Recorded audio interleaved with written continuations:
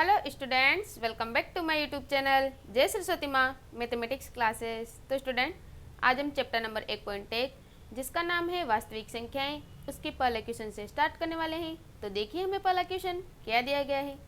निम्नलिखित संख्याओं को अभाज्य गुणनखंडों के गुणनखंड के रूप में व्यक्त कीजिए। तो हमें यहाँ पर जितने भी क्वेश्चन दिए गए हैं उनके हमें क्या करना है, अभाज्य गुणनखंड करना है। तो देखिए आंसर, सबसे पहले हमें दिया गया है 140, तो 140 के अभाज्य गुणनखंड करिए, ये 140। अब इसके अभाज्य गुणनखंड देखिए, सबसे पहले हम 2 का भाग लगाएंगे, तो 2 का भाग 140 में कितनी बार जाएगा, 70 बार। फिर 2 का भाग लगाएंगे तो कितनी बार जाएगा, 35 बार। अब किसका भाग लगाएंगे हम, 5 का, क्योंकि 5 का ही जाएगा। तो 5 का 35 में भाग लगाएंगे तो कितनी बार जाएगा, 7 बार। अब 7 का 7 में ही जाएगा, वो कितनी बार जाएगा, 1 बार। तो 140 के अभाज्य गुणनखंड हमारे पास क्या है, यहाँ 2 कितनी बार है, 2 बार। तो हम 2 का स्क्वायर लगा सकते हैं, 2 के घात 2 लिख सकते हैं।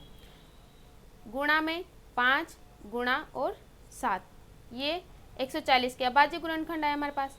अगला क्वेश्चन है हमारे पास 156। 156 के देखिए, सबसे पहले किसका भाग लगाएंगे, 2 का। तो 156 में 2 का भाग जाएगा 78 बार। फिर 2 का भाग लगाएंगे तो कितनी बार जाएगा हमारे पास, 39 बार। अब 39 में किसका भाग जाएगा, 3 का जाएगा पीछे, क्योंकि विषम संख्या है। तो 3 का भाग लगाओ तो कितनी बार जाएगा, 39 में 13 बार। अब 13 का भाग लगाओ तो कितनी बार जाएगा, 1 बार। तो हमारे पास 156 के अभाज्य गुणनखंड क्या है, देखो 2 की घात 2 गुणा 3 गुणा 13, यह हमारे पास 156 के अभाज्य गुणनखंड है। अब देखो 3825 के,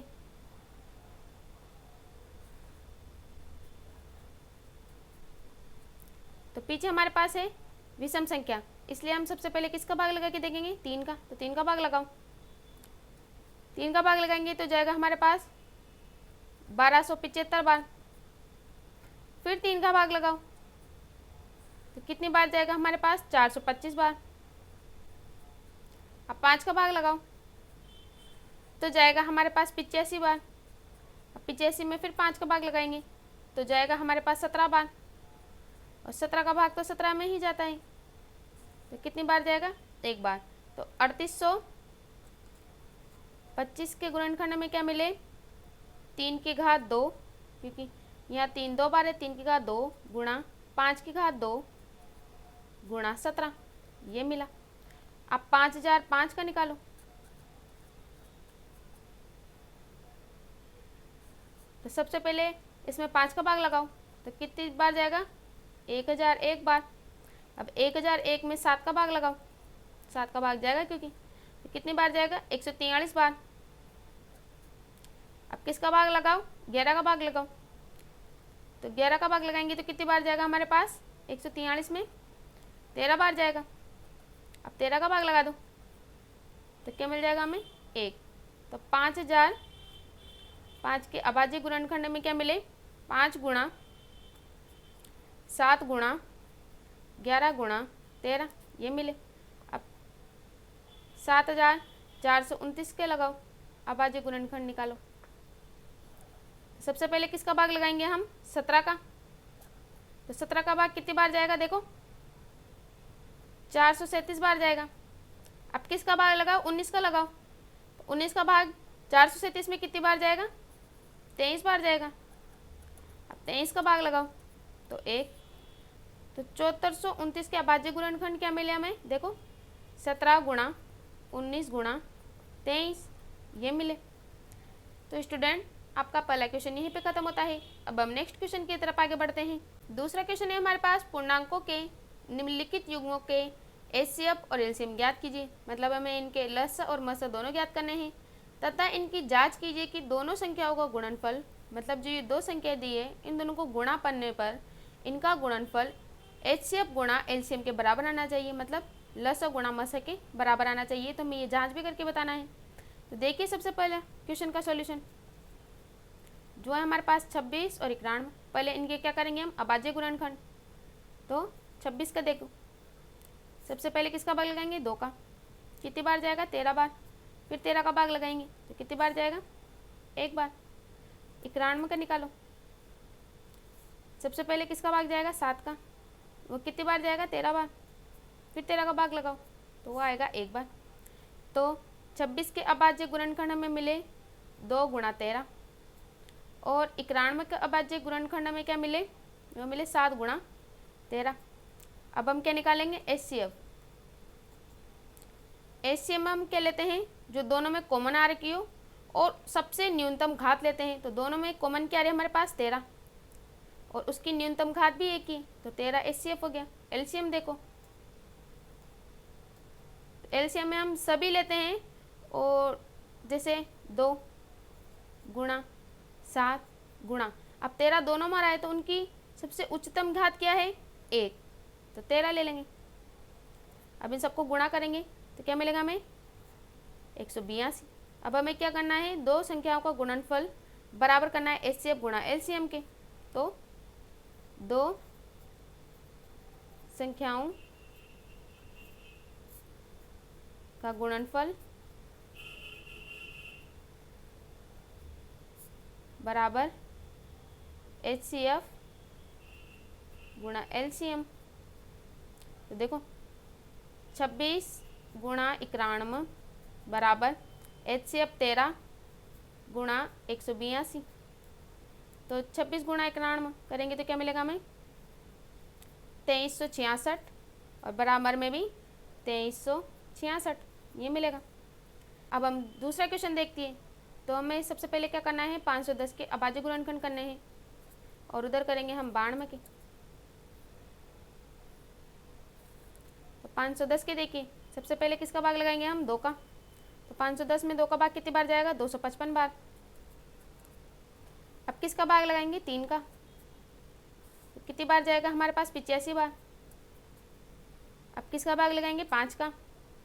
तो कितनी बार जाएगा हमारे पास? 17 बार। अब 17 का भाग लगा देंगे तो एक बार। अब 92 का देखिए, सबसे पहले किसका लगाएंगे? 2 का। तो कितनी बार जाएगा हमारे पास? 46 बार। अब किसका लगाएंगे फिर? 2 का। तो कितनी बार जाएगा हमारे पास? 23 बार।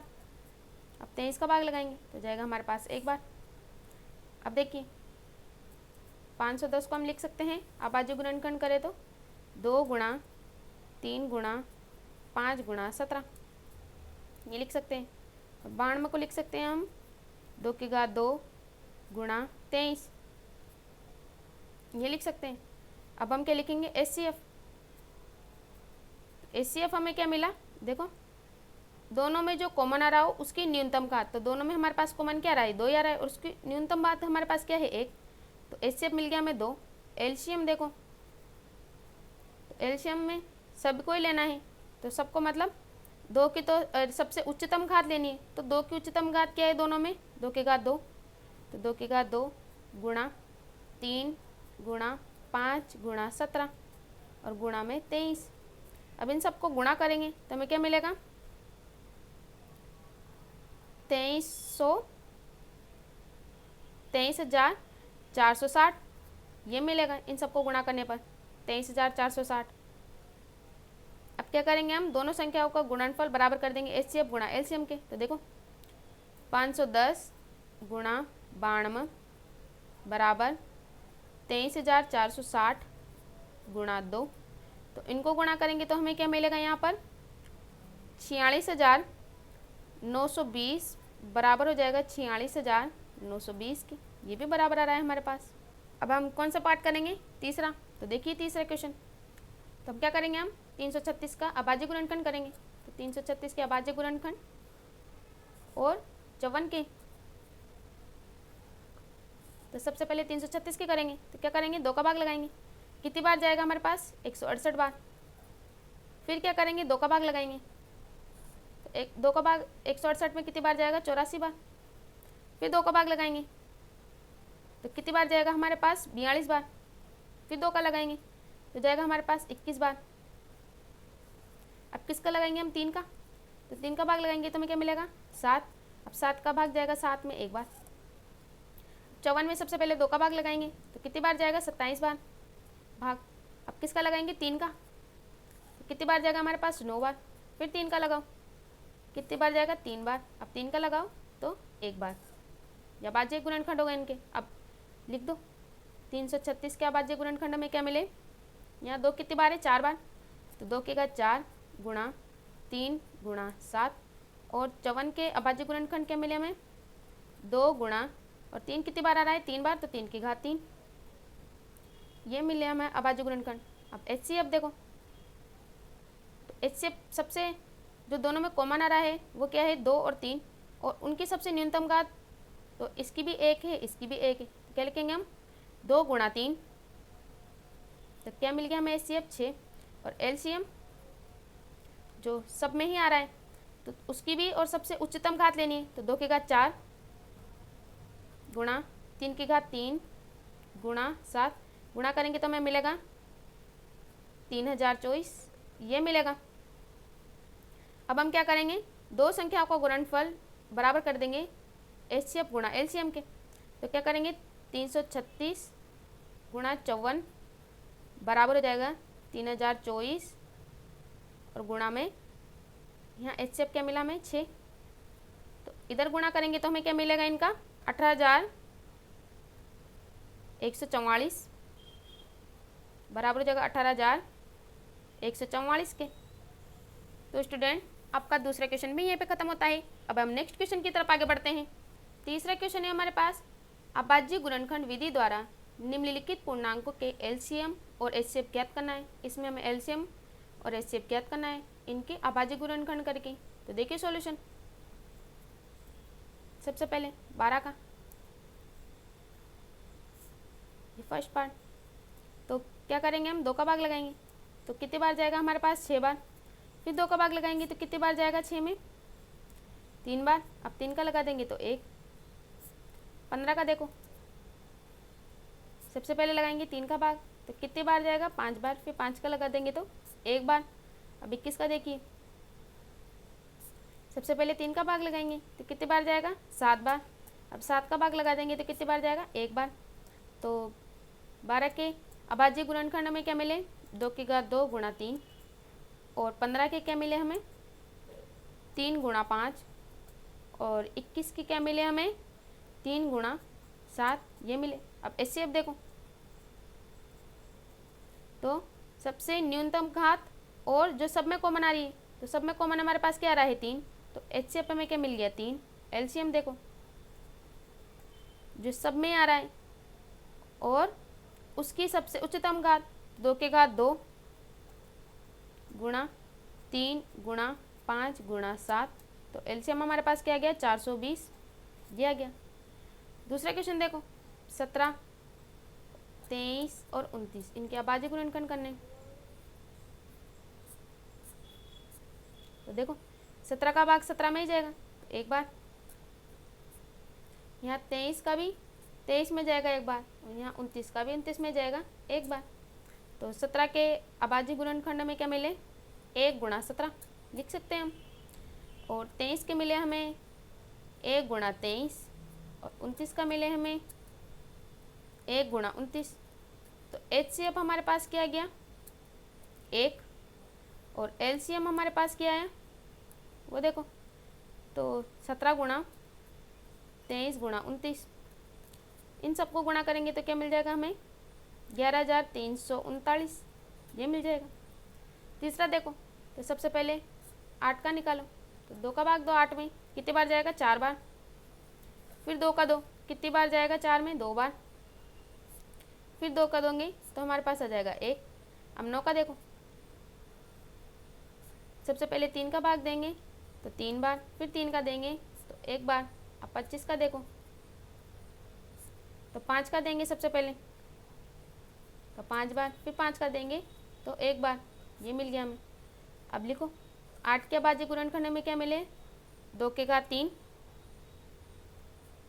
गुणा 1, और 9 के क्या मिले हमें अभाज्य गुणनखंड 3 की घात 2 गुणा 1, और 25 के क्या मिले हमें 5 की घात 2 गुणा 1, ये मिले। अब HCF हमें क्या मिलेगा यहाँ 1 मिलेगा, क्योंकि 1 सब में कॉमन आ रहा है और उसकी उच्चतम घात भी 1 ही है। और LCM क्या मिलेगा हमें वो देखो, तो 2 की घात 3 गुणा 3 की घात 2 गुणा 5 की घात 2, इन सबको गुणा करेंगे तो हमें क्या मिल जाएगा, 1800, ये मिल जाएगा। तो स्टूडेंट आपका थर्ड क्वेश्चन भी यहीं पे खत्म होता है। अब हम नेक्स्ट क्वेश्चन की तरफ आगे बढ़ते हैं। चौथा क्वेश्चन है हमारे पास, HCF 306 और 657 बराबर है 9 दिया है, LCM 306 और 657 ज्ञात कीजिए। तो यहाँ पर हमें किस प्रकार से दिया गया है क्वेश्चन, देखिए सॉल्यूशन। तो हमें दिया गया है दो संख्याओं का गुणनफल,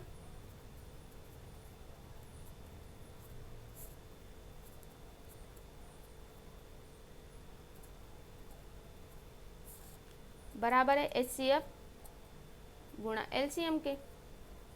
तो देखिए दो संख्याओं का गुणनफल मतलब 306 गुणा 657 बराबर है 9 गुणा LCM हमें ज्ञात करना है। तो अब 306 गुणा 657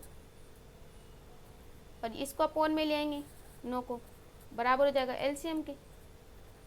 अब काटो 9 को और 306 को हम किससे काटेंगे, 3 के पहाड़ से काटेंगे। तो कितनी बार कटेगा ये, तो हमारे पास 102 बार कटेगा, और ये 3 बार कटेगा, फिर 3 के पहाड़े से काटेंगे तो ये कितनी बार कटेगा, 34 बार। अब गुणा कर दो तो LCM बराबर हमें क्या मिल जाएगा, 34 गुणा 657। तो क्या मिलेगा हमें, LCM 22,338, ये मिल जाएगा। तो स्टूडेंट आपके ये 4 क्वेश्चन यहीं पे खत्म होते हैं। आई होप आपको एक एक क्वेश्चन अच्छे समझ में आया होगा। अगर आपको मेरा वीडियो अच्छा लगे तो वीडियो को लाइक करें, सब्सक्राइब करें, बेल आइकन को प्रेस करें और वीडियो को आगे से आगे शेयर करें ताकि और भी स्टूडेंट्स की हेल्प हो सके। Thank you.